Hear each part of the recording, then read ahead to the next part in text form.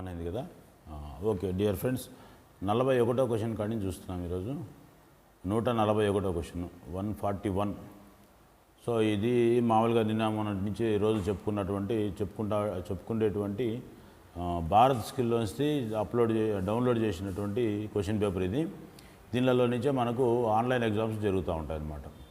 141 question, what is the marked as X in hole basis system. Hole basis సిస్టంలో X అన్నటువంటిది దేన్ని సూచిస్తుంది అంటున్నాడు.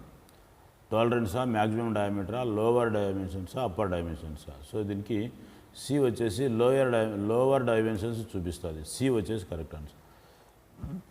తర్వాత 142, what is the expression of 30H7G6.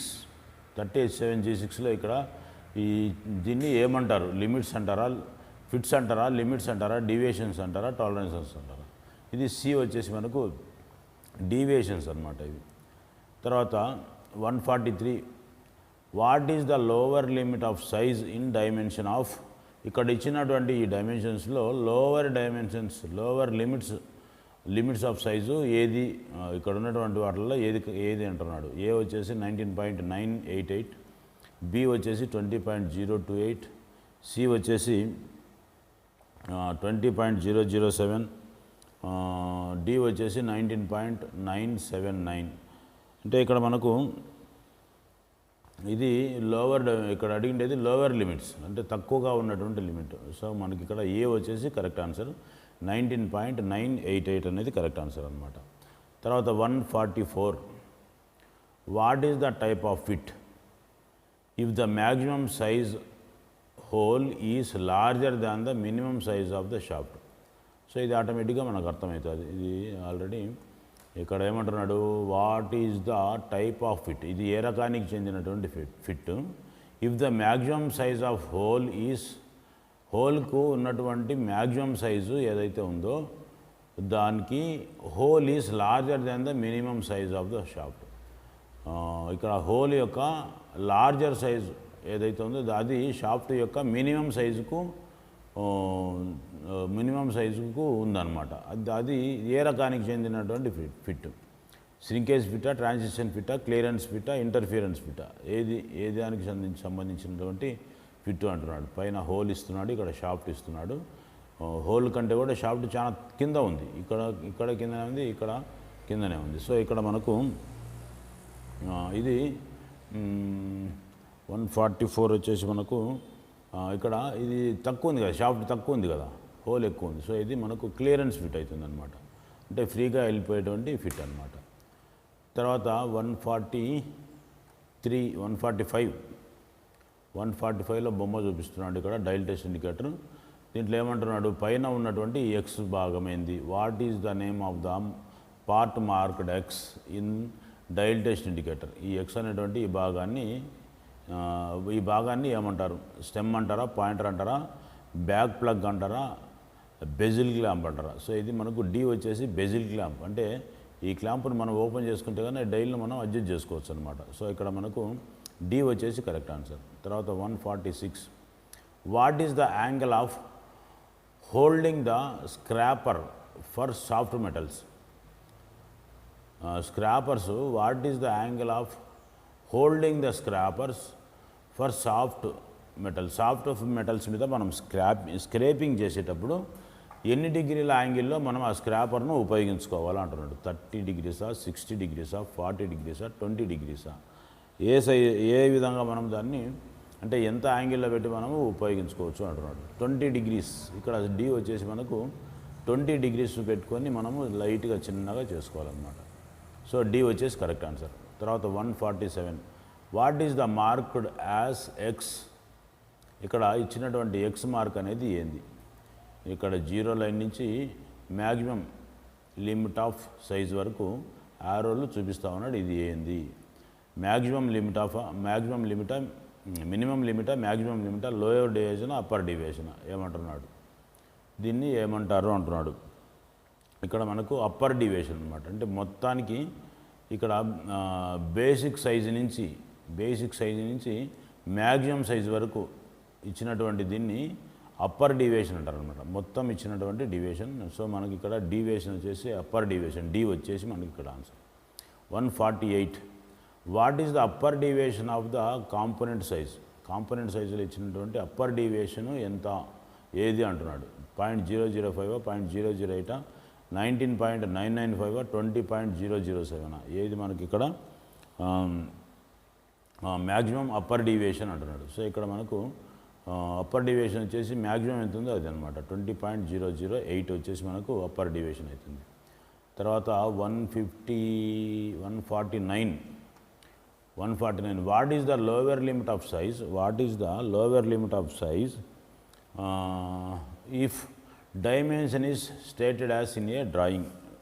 డ్రాయింగ్లో ఇచ్చినటువంటి దాని ప్రకారము ఇచ్చినటువంటి డైమెన్షన్స్ ప్రకారం ఇక్కడ లోవర్ లిమిట్ ఆఫ్ సైజ్ ఏది అంటున్నాడు. లోవర్ లిమిట్ ఆఫ్ సైజ్ ఇక్కడ మనకు ఏ వచ్చేసి 24.85, బి వచ్చేసి 24.75, సి వచ్చేసి 24, డి వచ్చేసి 25.021.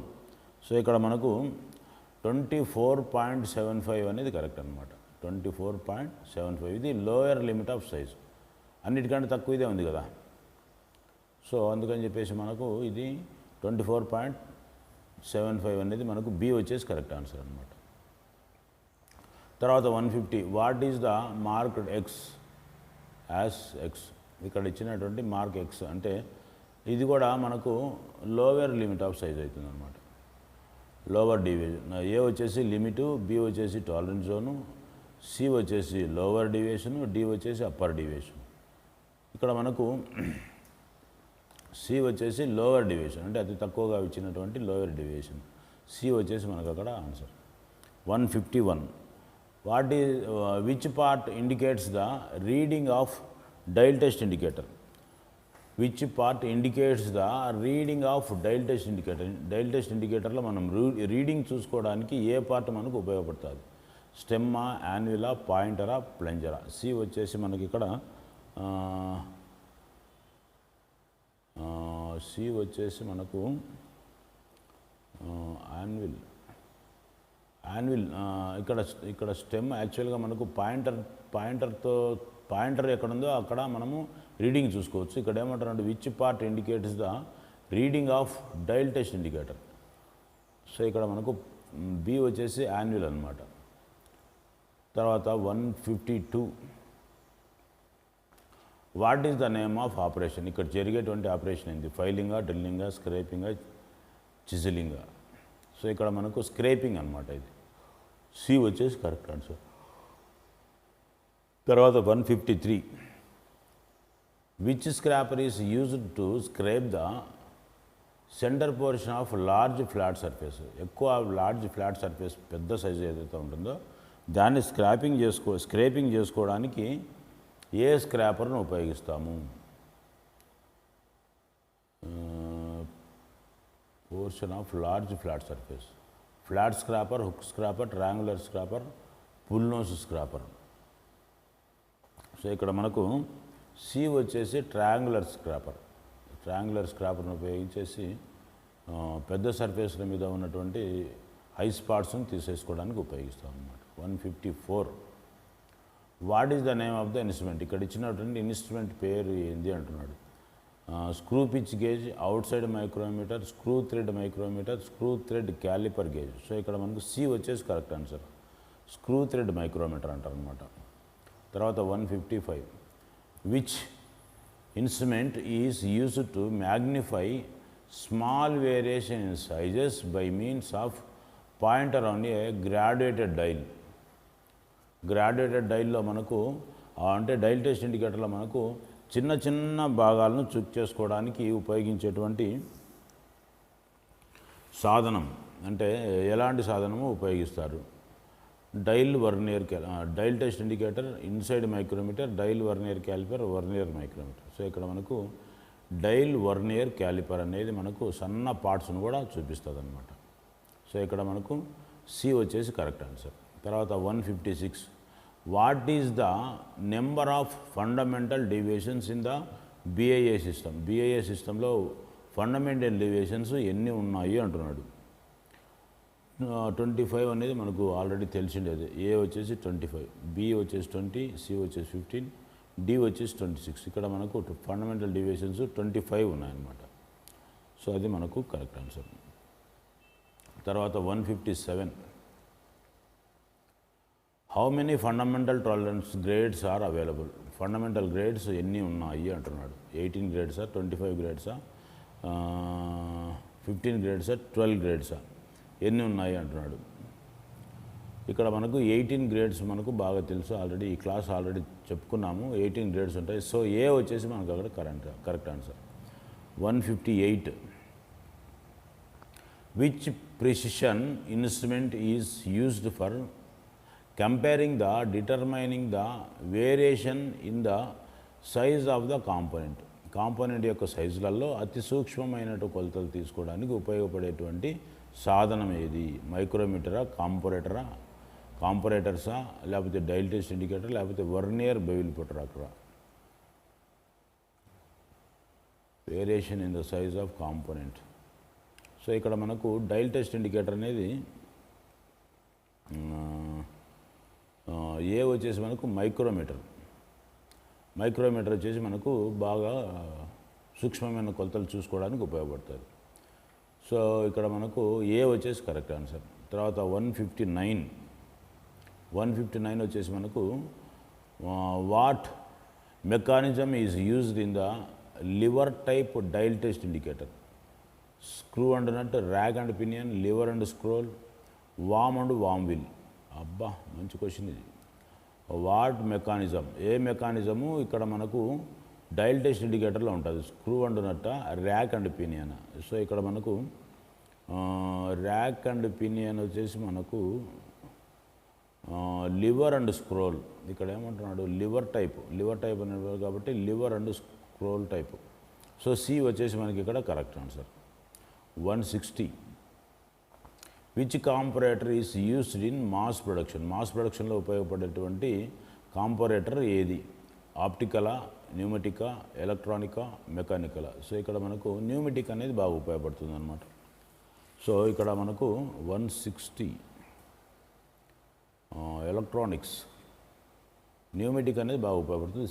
బి వచ్చేసి మనకి ఇక్కడ correct answer. 161, which gauge is used to check internal thread of component యొక్క ఇంటర్నల్ థ్రెడ్ని చెక్ చేసుకోవడానికి ఉపయోగపడేటువంటి కాంపోనెంట్ ఏది? థ్రెడ్ రింగ్ గేజా, టేపర్ రింగ్ గేజా, థ్రెడ్ ప్లగ్ గేజా, క్యాలిపర్ గేజా? సో ఇక్కడ మనకు